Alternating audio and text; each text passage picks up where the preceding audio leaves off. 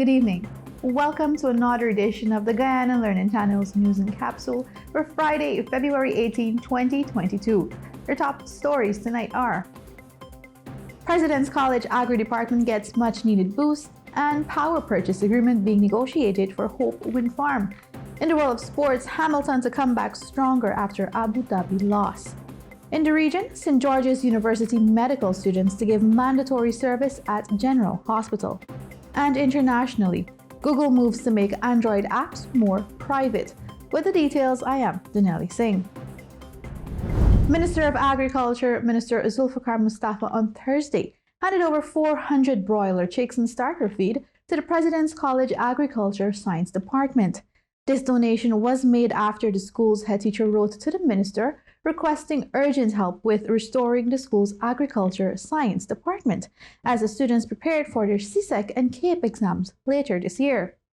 During the handing over, Minister Mustafa said that agriculture is once again being treated as a very important sector in Guyana, and that His Excellency Dr. Mohammed Irfan Ali and the government have been working aggressively to develop the sector.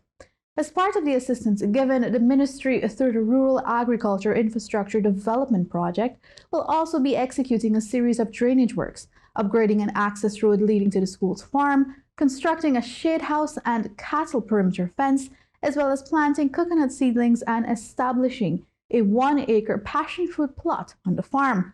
Additional feed will also be donated to the school as the birds mature. This piece was extracted from the Department of Public Information. A power purchase agreement (PPA) is being negotiated for Guyana to boost its electricity generation capacity with more renewable energy sources such as the Hope Wind Farm project.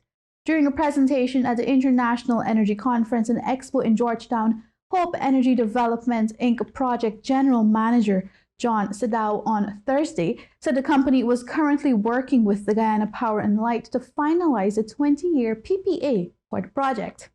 Given that the necessary feasibility and environmental studies are already conducted and approved by the relevant regulatory bodies, when the PPA is in place, then the engineering, procurement, and the construction design and financing aspects could take less than a year, after which the final investment decision would be done before construction can commence. Another 6 to 10 months would be needed for the construction of the wind turbines overseas and transportation to Guyana. With 6 wind turbines along the East Demerara coastline, the Hope Wind Farm project is expected to add 25 megawatts of power to the national grid through a nearby substation, reducing the power company's reliance on fossil fuels. This piece was extracted from iNews.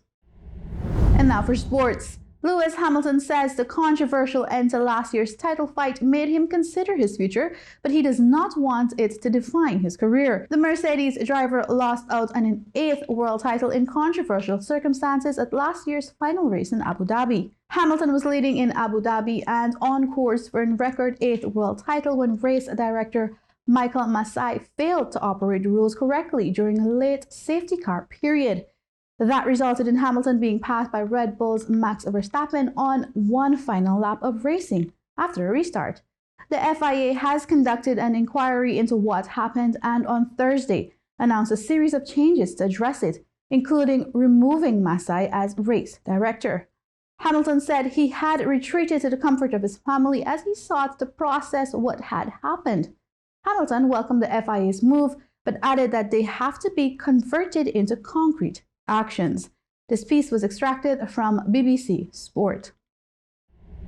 And now for news in the region. The government of Grenada and St. George's University have announced a number of new initiatives that will take place through its continued partnership.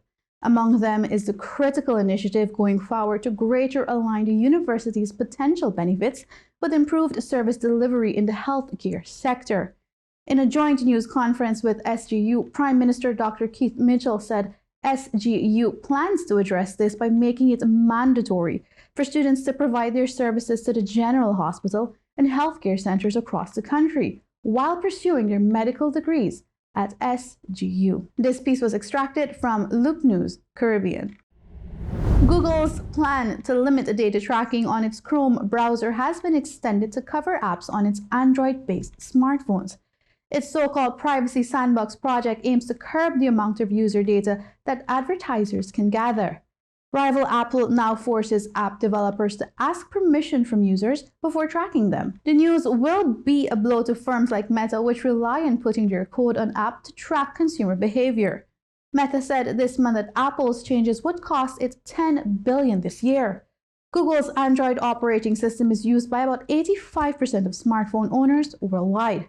Third-party cookies, which use people's browsing history to target adverts, will be phased out on Google Chrome's browser by 2023. In a blog, Google said it was now extending what it calls its privacy sandbox to Android apps and working on solutions that will limit sharing users' data and operate without cross-app identifiers, including advertising ID. These identifiers are tied to smartphones and are used by apps to collect information. Google said that it will keep them in place for at least 2 years while it works with the industry on a new system. This piece was extracted from BBC. With that, we've reached the end of tonight's broadcast. Be sure to join us again on Monday for more educational news and updates. On behalf of the technical team, thanks for watching, and remember to stay safe, Guyana.